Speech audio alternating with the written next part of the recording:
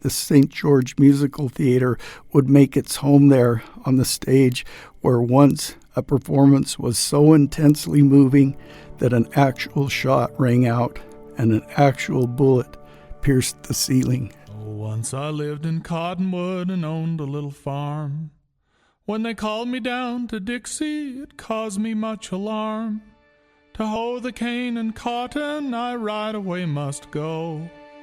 But the reason why they sent me, I'm sure I do not know. Welcome to Not Forgotten, a podcast brought to you by the Doc Booth Foundation and hosted by noted writer Lyman, who has chronicled the stories, culture, and character of Utah's Dixie for more than 40 years. What a great day to be here with Tony Allen. I'm so grateful for this opportunity to visit with Tony Allen. He's a retired attorney, businessman, entrepreneur, supporter of everything good about this community. Currently, he's chairman of the board of the St. George Musical Theater, and he's the interim CEO, taking care of all the business things there. And even today, the very day we're here, the musical Matilda opens this evening, and that's so exciting. The history of St. George is much more than the saga of a hardy band of pioneers who faced the elements and won. It's also the story of a community that treasured culture and tempered the rigors of founding a new life in the desert with a rich heritage of music, dance, and drama. The dust churned up by the scores of wagons that arrived late in 1861 had hardly settled before the first cultural events were being held in St. George. Although it was religious faith that brought them here, the musical instruments, sheet music, and dramatic scripts belonging to those early settlers could often be found packed alongside their sacred books. And I think of you, Tony, as a more recent pioneer. You came here in 1971 and brought with you this sense of community that you have engendered over these many years. That same sense of community that those first settlers brought as they came in 1861. And I just love today, Tony, to have a chance to visit with you a little bit more about what brought you here and what all that means, and talk about your sense of this pioneer story that brings us up to today. Lyman, I believe that the uniqueness of St. George starts with Brigham Young. Because when Brigham Young chose the first 309 families to come to St. George area, basically he chose them based on their vocation and their talents and skills. He wanted every vocation covered because he knew that these people were going to be isolated. He'd already been to St. George and seen the territory, and he realized that this was going to be a very difficult environment, that there would be a lot of hardships endured. It's interesting to me that in the first company, 6 of those designated their primary profession as musicians. And why would you want to include musicians into an environment where survival was the primary requisite? I think the answer is that Brigham Young realized that in the face of difficulty, you needed the entertainment opportunities for these individuals. Not only would that help sustain them in their hardships, but it would also give them the opportunity to get together and get to know each other on a social basis. Much like we do today when we move into a community, we want to get to know our neighbors. And so in that time, the way you did that was they would hold an event. As you know, within the first few days after the saints arrived around Christmas time, it rained for 40 days. And that was a tremendous hardship when you're living in the box of a wagon. One of the things that was done, they constructed a large overhead tent, I'm going to say, and they held dances in that underneath that facility on the raw ground. Now, why would you do that? Because people needed a diversion. And I think that sort of creates the start of our story. But another part of our story that I find interesting, St. George is developed so uniquely from other places. When you came here, the city was laid out for you, the streets, the lots, and the lots were chosen by luck, by drawing your lot out of a hat. So everybody had really the same opportunities, and all of the lots that were in the hat were the same size.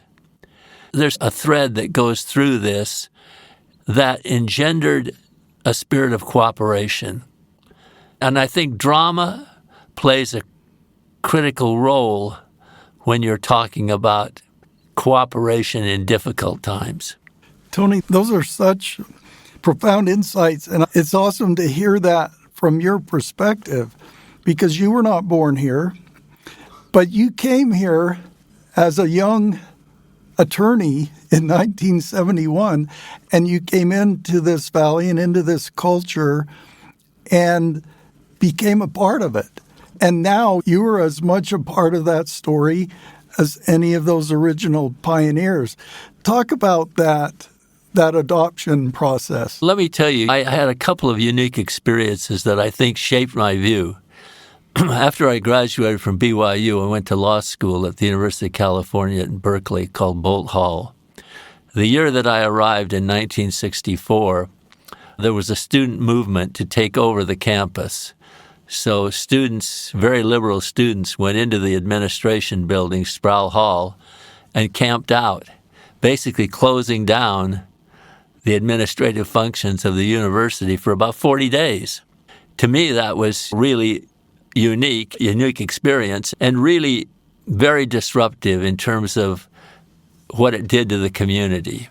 Another experience I had along the same time when I was in school, I was working in a factory in Los Angeles. That was where I came from, West Los Angeles. But that was during the time of the Watts riots. And I was going to work in that area of Los Angeles at a time where a certain part of the community was destroying all the buildings, burning things down, rioting in the streets. You had to have police protection to get you to and from. And so I saw a community that, when I grew up, was a very united community in the 1940s, changed dramatically. And when I came to St. George, the thing that I noticed was that this sense of unity prevailed in St. George. Whenever there was a disaster in a family, the entire community got together and did whatever they could to assist those that were suffering. And that was a unique experience for me. I hadn't come from that background. But I realized that there was something here that was unique. Interestingly enough, my parents moved here shortly thereafter, and when my father passed away, he was buried in the St. George Cemetery. And as we were returning from the cemetery, my 8-year-old daughter, who had at that point been raised primarily in St. George, turned to her mother and said, "Does this mean we now have roots?" So why would an 8-year-old come to that conclusion? Because she associated with those children that had been born and raised here. That's awesome. You came in 1971. As I think back over those decades, that was a real pivotal point in our history, with Bloomington being established and that whole idea of a new possibility for this area, including golf, including second homes, including air conditioning, including I-15 making its way through.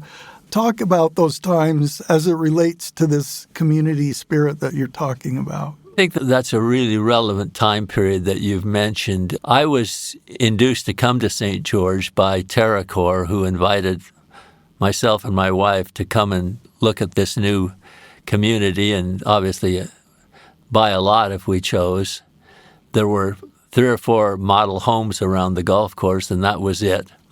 And that's what actually brought us to St. George.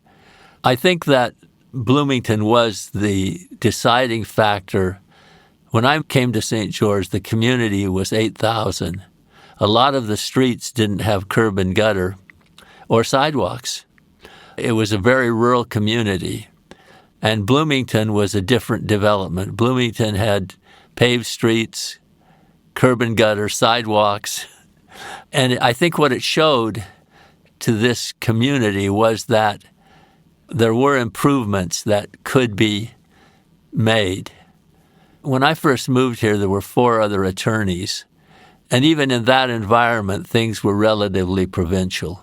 So my opinion is that Bloomington was the catalyst that really resulted in changes in St. George. And I don't know that they all accepted it. When I came here, I considered buying a lot in Bloomington, and I went to the one bank at that time, which was the Bank of St. George, and asked if I could get a loan for a home in Bloomington. And this elderly banker turned me down, fat blank, and said, "We're not going to make any loans in Bloomington. That will fail, and we'll be digging up the grass and moving it to St. George." Oh, that's great. There's the whole idea of golf and everything that has evolved from that. But there was so much vision in those days, and also, like you say, so much questioning of that kind of vision for this town. And yet, what I'd like to come back to, Tony, is when you came here, what did you find here culturally?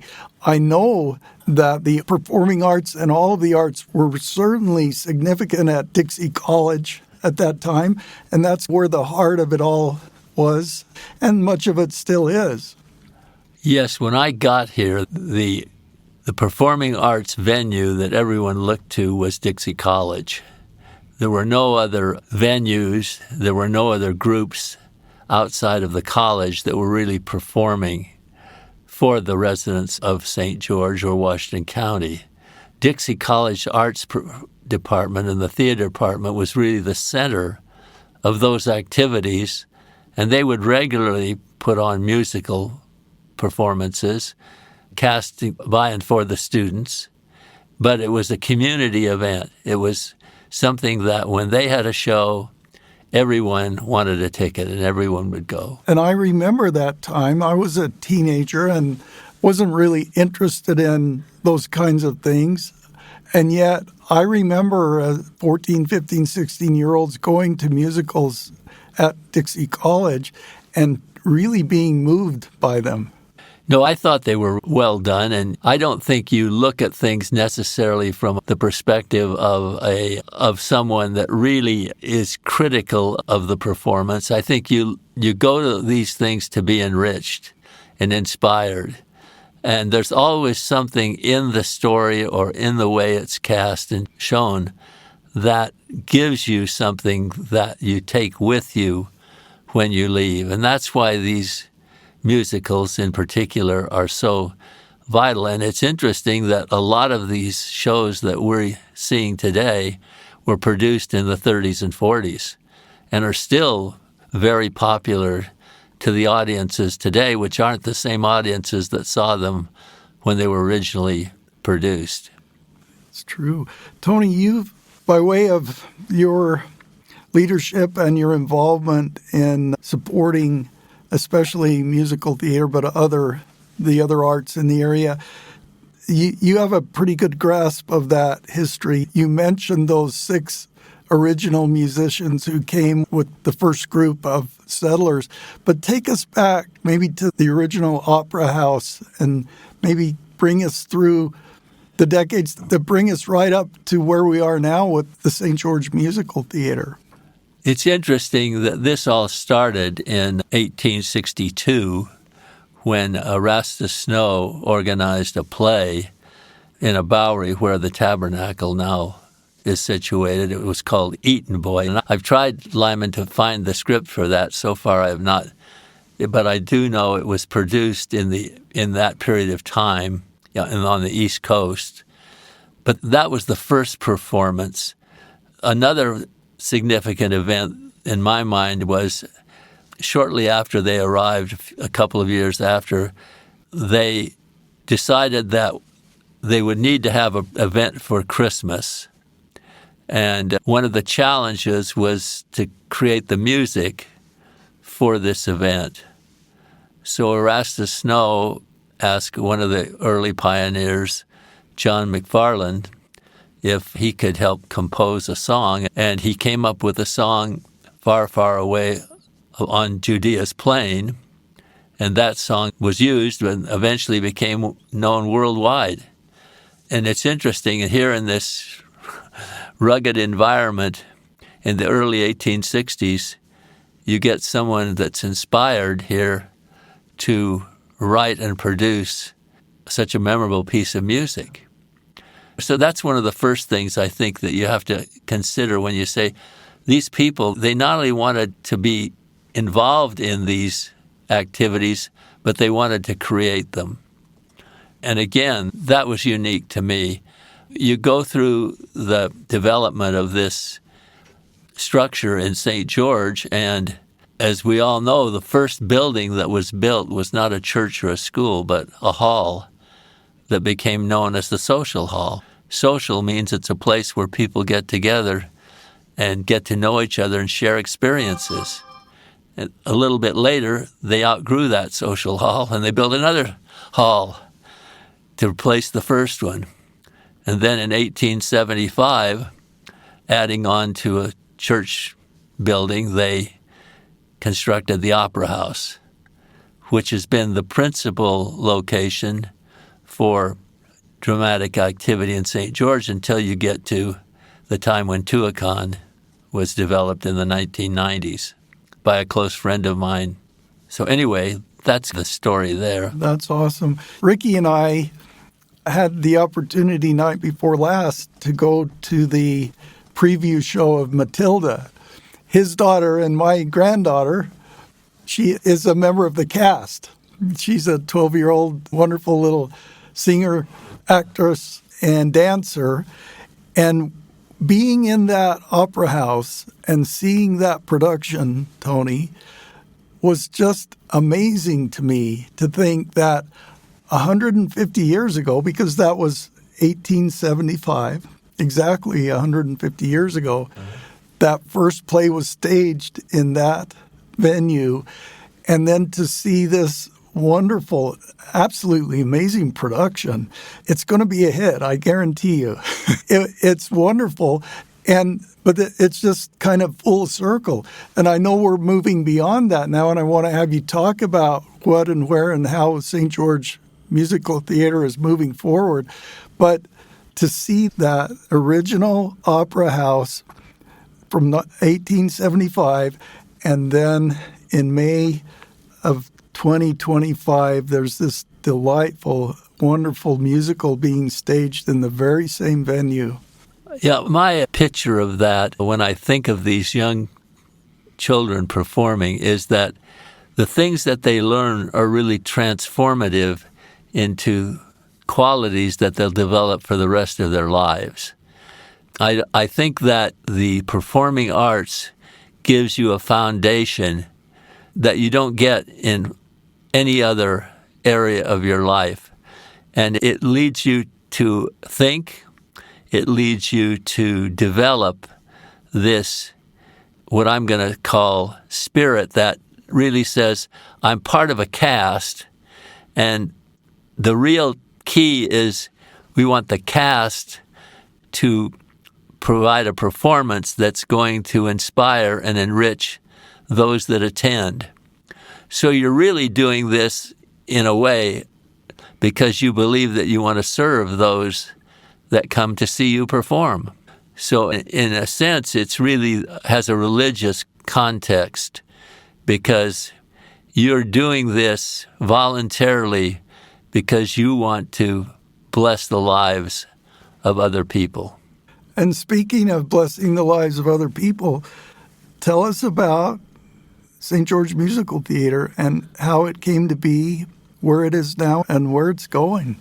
St. George Musical Theater has been in existence for approximately 25 years. We've operated out of the Opera House since 2014, and we've produced now this will be the 73rd show in the Opera House. Most all of them are musicals. And so we have got to the point where we are selling about 98% of our tickets in the Opera House, and have come to the conclusion that with the growth of our community, it's time to have a new community theater in the Round.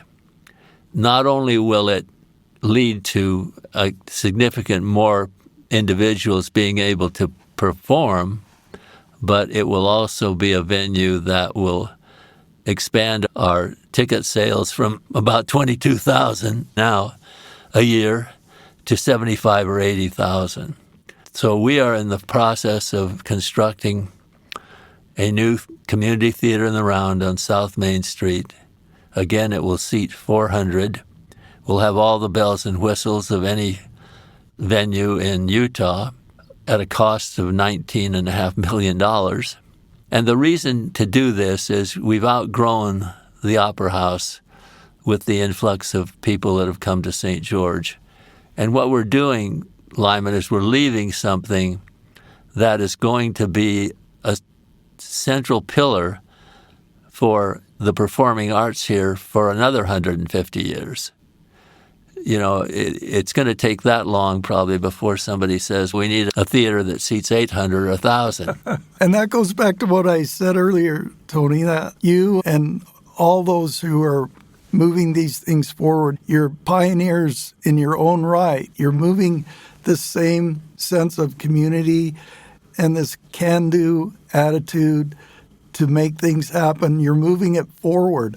That it's awesome how the Opera House was there in the beginning. It's still there now, but even those folks who built the Opera House would be applauding this new facility that you're building and moving all of this forward. I think what we're trying to do is enhance and perpetuate the heritage that we have in the performing arts. And the way I look at it, being one who's really an advocate of the Dixie spirit or the underlying principle of cooperation, as the community grows, if you want the community to remain with the same values, you have to provide opportunities for those that move in to take part in the community. If they don't take part in the community that we now have, the community will fragment into multiple communities with multiple sets of values, and it will lose this spirit that we have. To keep the Dixie spirit, then you have to invest in projects like ours. I say that we're not investing money, we're investing in cultural capital. Cultural capital means there will now be a facility that will provide the opportunity for thousands of more people to participate and for thousands of more people to attend. And when they do that, hopefully they will sense that there's this unique spirit here of cooperation. And I want to cooperate too, so I want to get involved. And I think if we don't do that in terms of community, basically it has a spiritual death.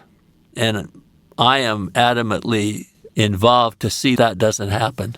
That's so great, Tony. And we express our appreciation to you and all those who have worked on all of this. It really is, when you think back to those original 6 people who identified themselves as musicians when they came here, and now literally hundreds or thousands of musicians, performers, dancers.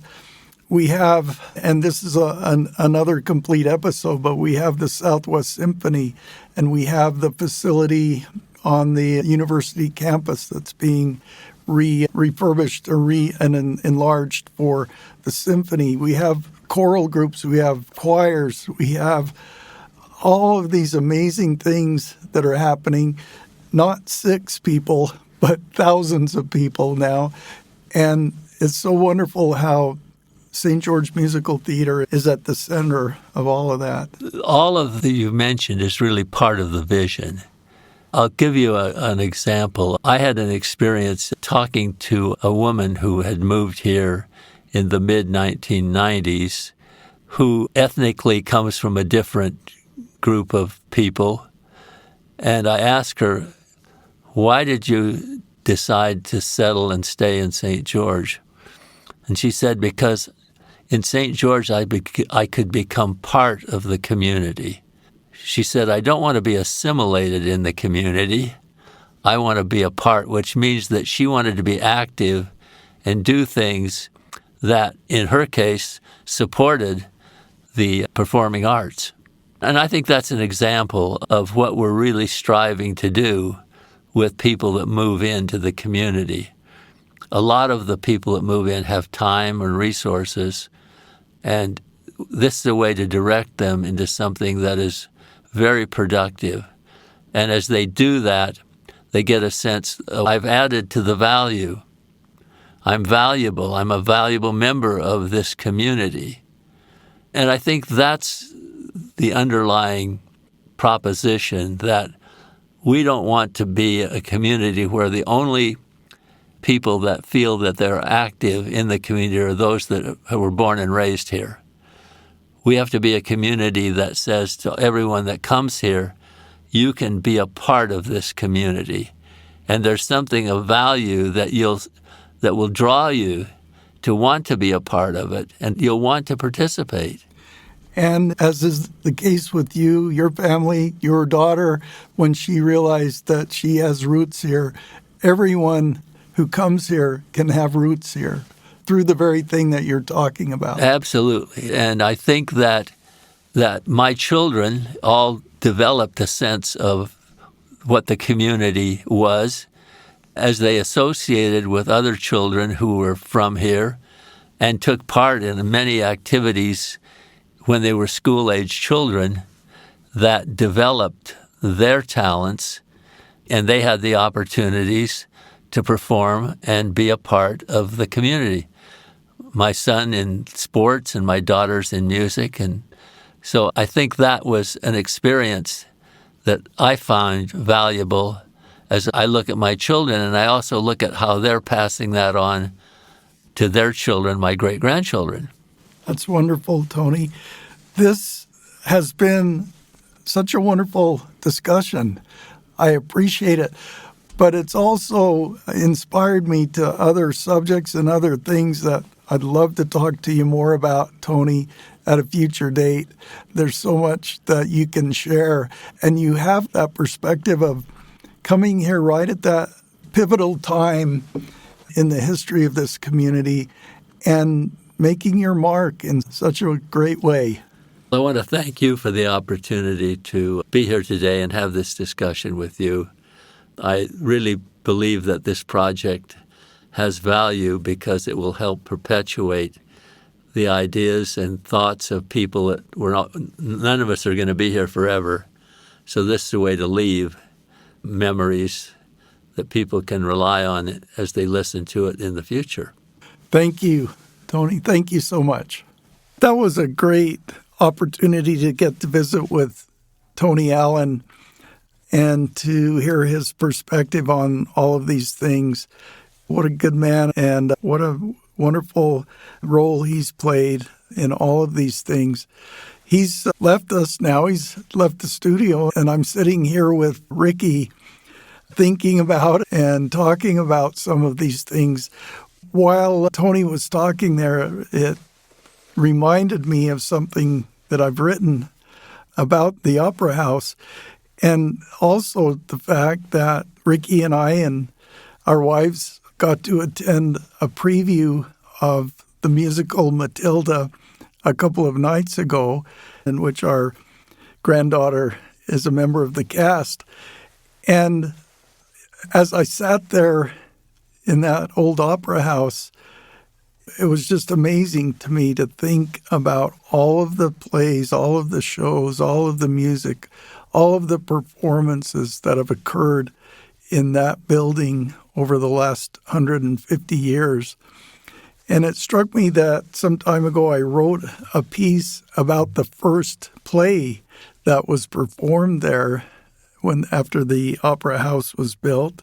And so I'd like to end this episode by sharing that piece, and hopefully it'll bring a lot of this full circle. Years ago, my English teacher at Dixie High School told me the story of the first play performed at the St. George Opera House. Her name was Mary Phoenix, and as a young girl in St. George, she personally knew many of the original performers and heard the stories firsthand. In 1880's St. George, it was all anyone talked about for weeks leading up to the opening of a play. Now, with the completion of the Opera House, they actually had a theater for their productions. There had been a wine cellar on the corner of Main and Diagonal Street. The church had built it to store wine turned in as tithing. Now a stage had been built over the cellar and a big wing added to allow seating on an ingeniously designed floor that could be ramped up from the back to provide a better view of the stage for the entire audience. Even more exciting, a missionary in New York had made arrangements to buy the front curtains and the backdrops of a bankrupt theatrical venture. When those treasures arrived in town, most of the citizenry paraded through the new hall to see the majestic curtain, evidently painted in Europe, with a scene depicting peasant life in Austria and an ancient castle on a steep mountain in the background.